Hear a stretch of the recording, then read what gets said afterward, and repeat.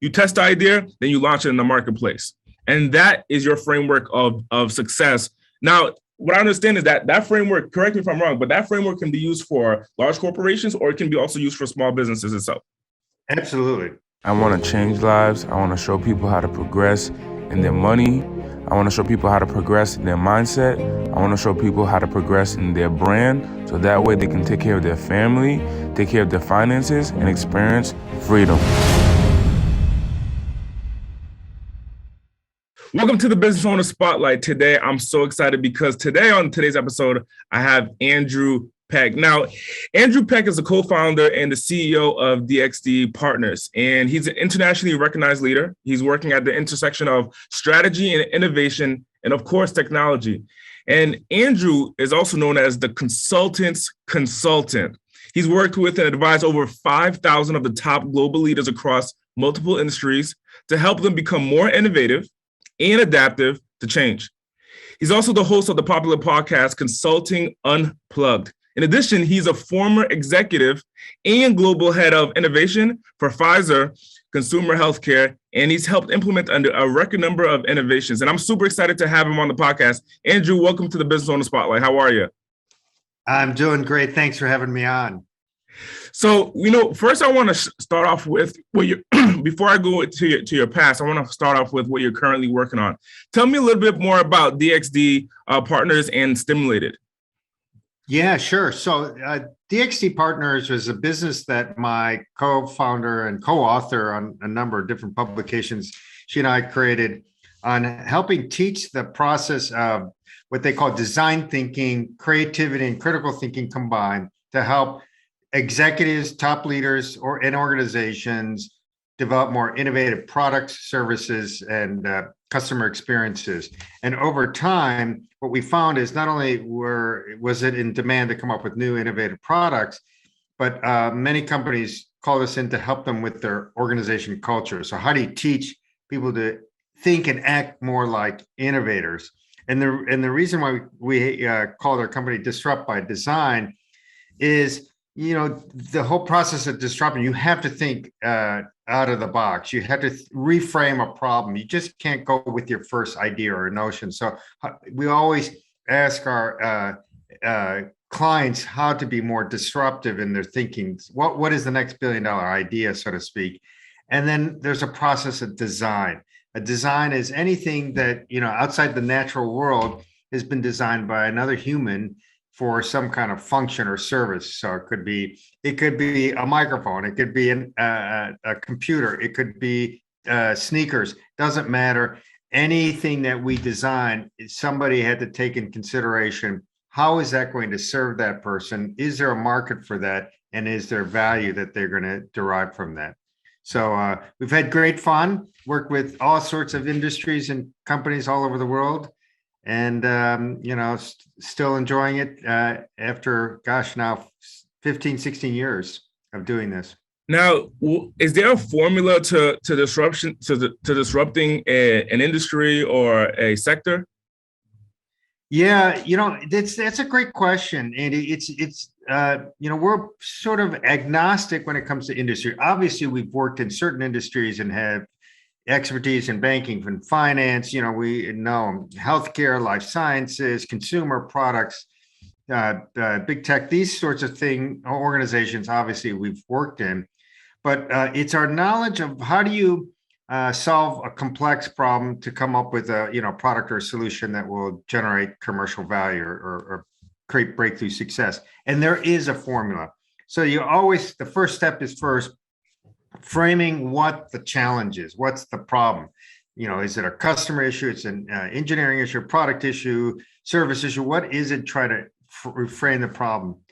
And then you go out and do research. You do some discovery. You go out and get some insights, and not just market research, but you spend time with the users in mind and really kind of walk in their shoes. So it's more empathy based, like you really try to understand what their pain points are. And then based on those insights, then you start to develop ideas, like what kind of ideas are. And then the sooner that you can actually prototype them, test them, validate them, then you're that much further along for commercializing something that is viable in the marketplace.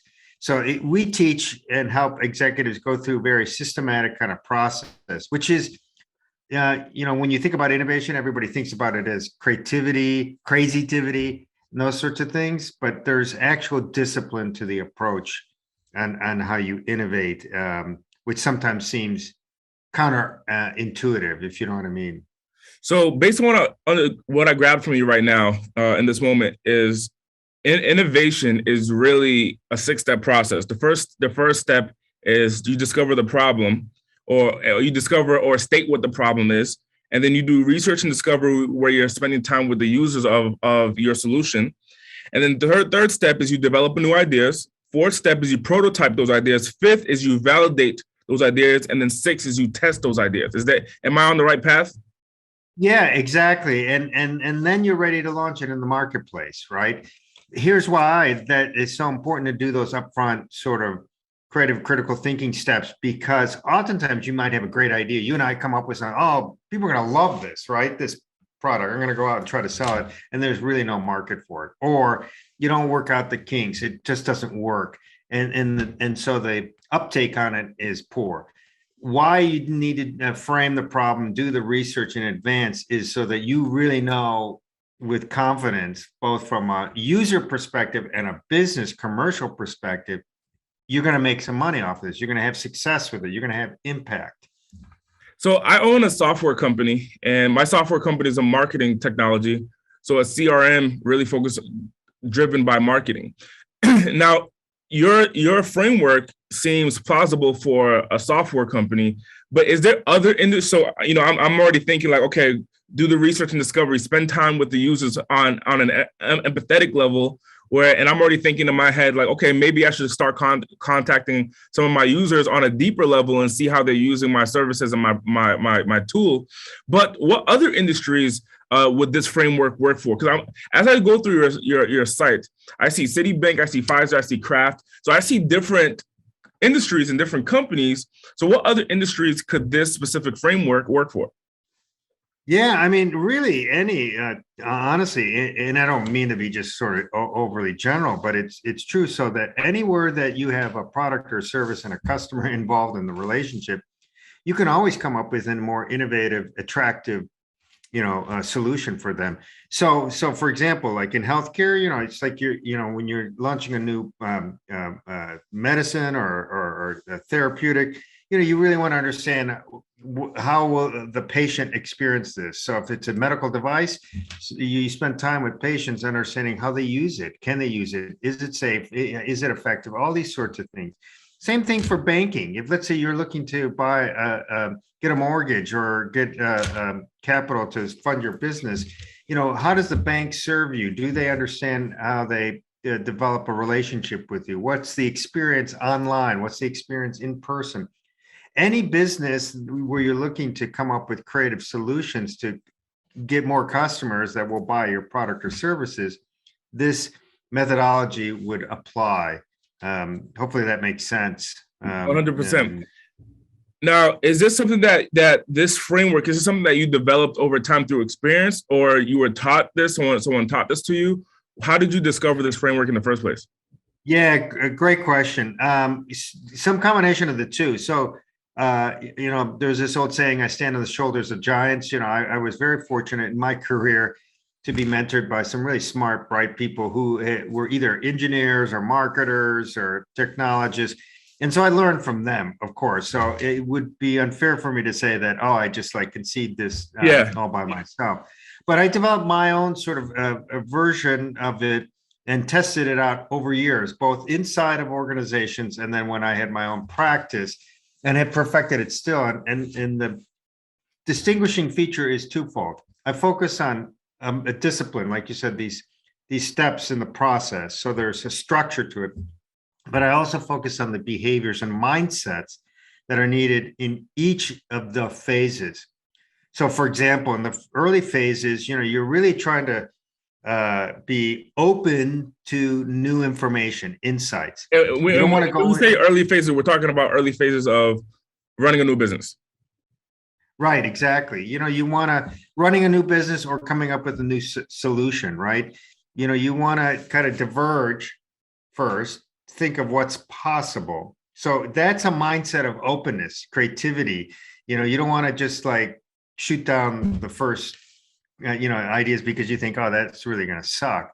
You want to be open to it. But at some point, as you kind of get information about what's possible, you do have to make decisions about what's going to really work. The old saying, there's no ugly babies. Well, there are some ugly babies, right? You have to make the hard, as a business person, make the choice of saying, you know what, this is going to earn us money. This is going to be commercially successful. This is going to really wow our customers. So, question for you. So we have a large group of different entities that you work with, from Hershey, Johnson & Johnson, Citi National Bank, Ericsson, Kraft, Estee Lauder. What would these companies come to you for? And then how can that information support a small business owner who's in the starting of their business, or maybe is in year 1 through 5? Yeah, fantastic. These companies have come, obviously these bigger corporations, more mature and established, are looking to either grow, do something better, or do something new and better, or do something completely new, like in terms of a product or a service. So oftentimes these companies will come to us and they want us to do, help them in some of the early research and development of some concepts, right? So that's what they'll ask us to do. So that's a pure, more consultative thing. But over the years, and being a small business owner and entrepreneur myself, we have increasingly shifted our focus to emerging entrepreneurs who are just starting out their business.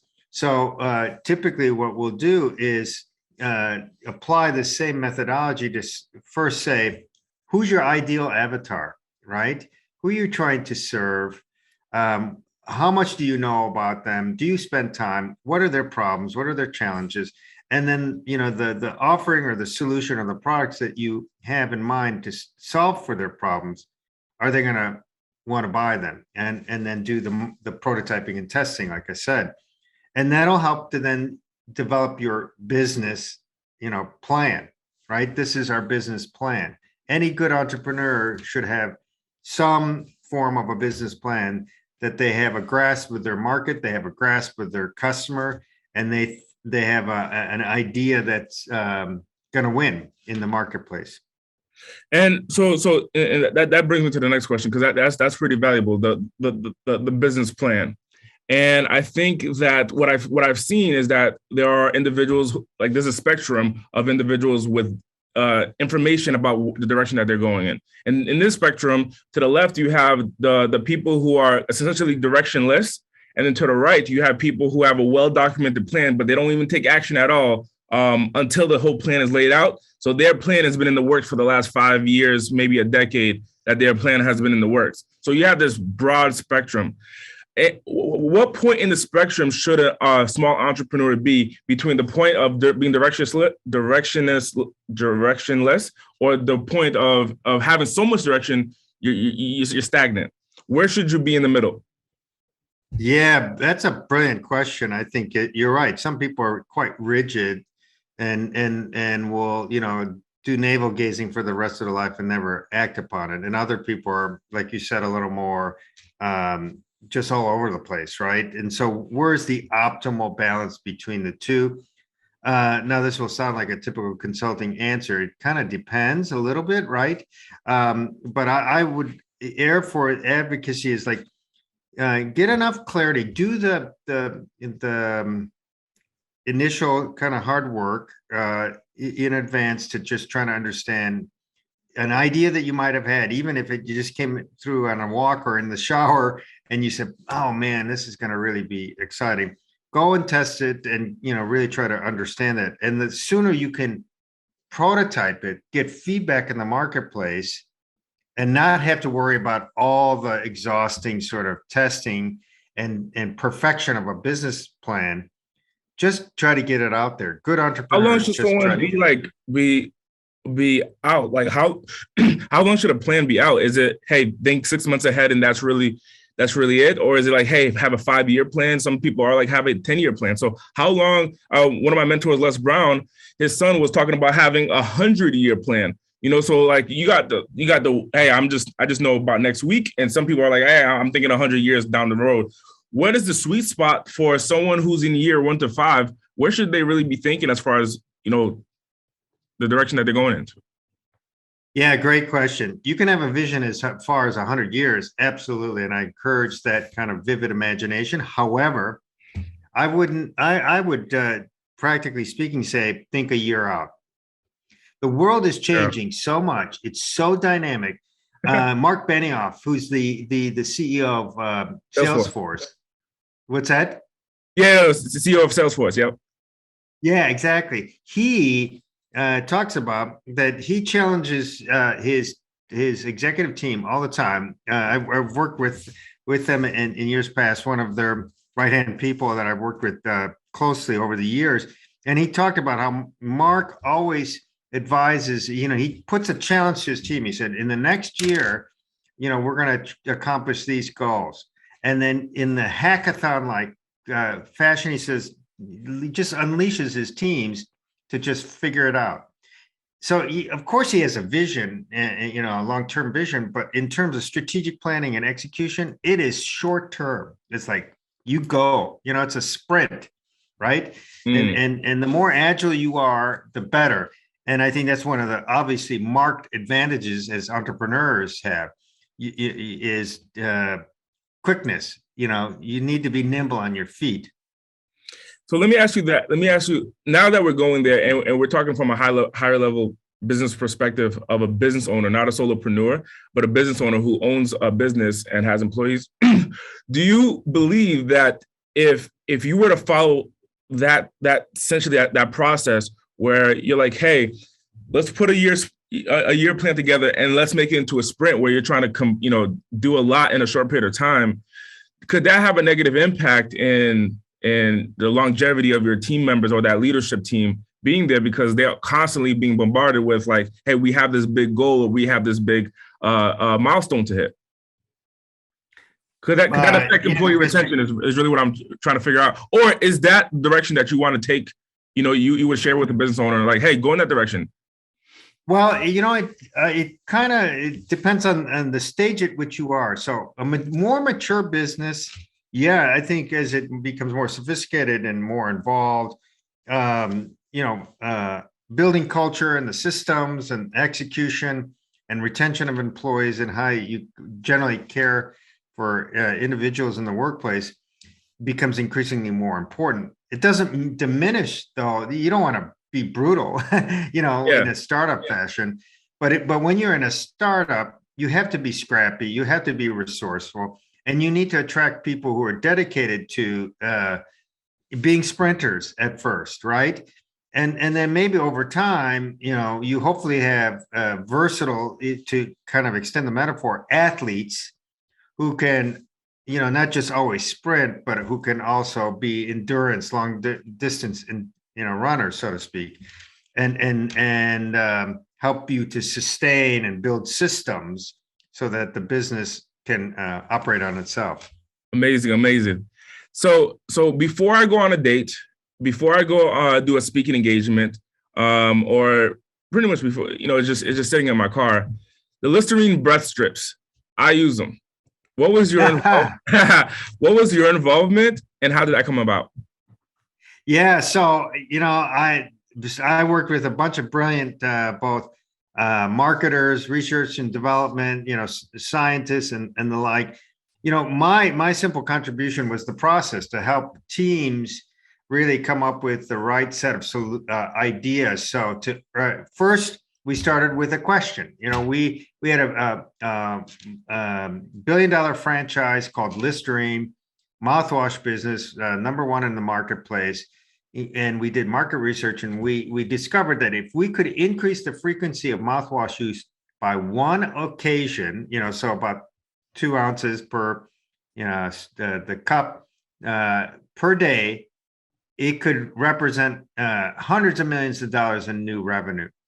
But we said, well, we don't know how we might do that other than traditional sort of product extension and marketing and so forth. And so we applied innovative design thinking approach to it and spent time with our consumers and discovered they were looking for a more convenience-based solution. They didn't want to carry a bottle around of Listerine in their car or briefcase, got messy, all that sort of thing. Instead, they were looking for something that was more portable. And that's where the light bulb started to occur as we started to think about it. We said, well, what form might it come in? Could it be a chew? Could it be some other form? And so as we started to experiment more, we emerged with this idea of what if it were in like a film strip, right? And so it took years to perfect that. So I wasn't, I didn't come up with the science on that, but I helped, teams think about how they, look at that product in that marketplace and initiate and launch, something that is more convenient. That's when the Listerine pocket packs emerged. And voila, it resulted in a very successful commercial franchise for the business. Amazing. So as we wrap up, what I understood from today's podcast episode is that there is a framework to building success and innovation. Number one, I added a question to step one, because in the Listerine example, you didn't start off with a problem, you started off with a question. So step one is to have a problem or a question that you're looking, so a problem that you're looking to solve or a question you're looking to answer. Step two is to do research and discovery, similar to what Andrew did with the Listerine deal. He spent time with the users, the end users. So it's not necessarily like a software. When you say users, it's the end user or the customer who's using the product or the service itself. So to spend time with them and do research and discovery and see what their additional needs are, and that's going to allow you to innovate. Now, based on that data, you're going to take that data and you're going to develop new ideas. And then you'll prototype those ideas. So in that example, like with Listerine, you have the idea, then you prototype the actual Listerine packet or the spray, the chew, trying to figure out what that looks like. Then you validate the ideas. So I'm assuming that that's by giving it to a beta group or a small group of end users to see if it's going the right direction that you want. You test the idea, then you launch it in the marketplace. And that is your framework of success. Now, what I understand is that framework, correct me if I'm wrong, but that framework can be used for large corporations or it can be also used for small businesses itself. Absolutely. No, it is a really winning formula. No matter where you are in the journey of your development of your organization. So lightning round. Lightning rounds where I ask you 3 questions. Your favorite book? My favorite book is Think Fast, Think Slow. Think Fast, Think Slow. By Daniel Kahneman. It's a brilliant book. It kind of reinforces a lot of what I'm talking about. So you got to be quick on your feet, but it's important to pause as well. Favorite podcast? Besides yours. Unplugged. Yours, because like I said, you have $1 million, and I'm so inspired by your questions and your energy. I'll maybe add, of course, Joe Rogan is kind of fun, and Tim Ferriss. I like Tim Ferriss. Amazing. One word that represents your business or your vision. One word or vision. Can I have a couple words? A couple words. Unlock human promise. Unlock human promise. I love it. Andrew Pek, thank you so much for being on the episode of today's Business Owner Spotlight. Thank you for having me. It was great fun. Right on. I want to change lives. I want to show people how to progress in their money. I want to show people how to progress in their mindset. I want to show people how to progress in their brand, so that way they can take care of their family, take care of their finances, and experience freedom.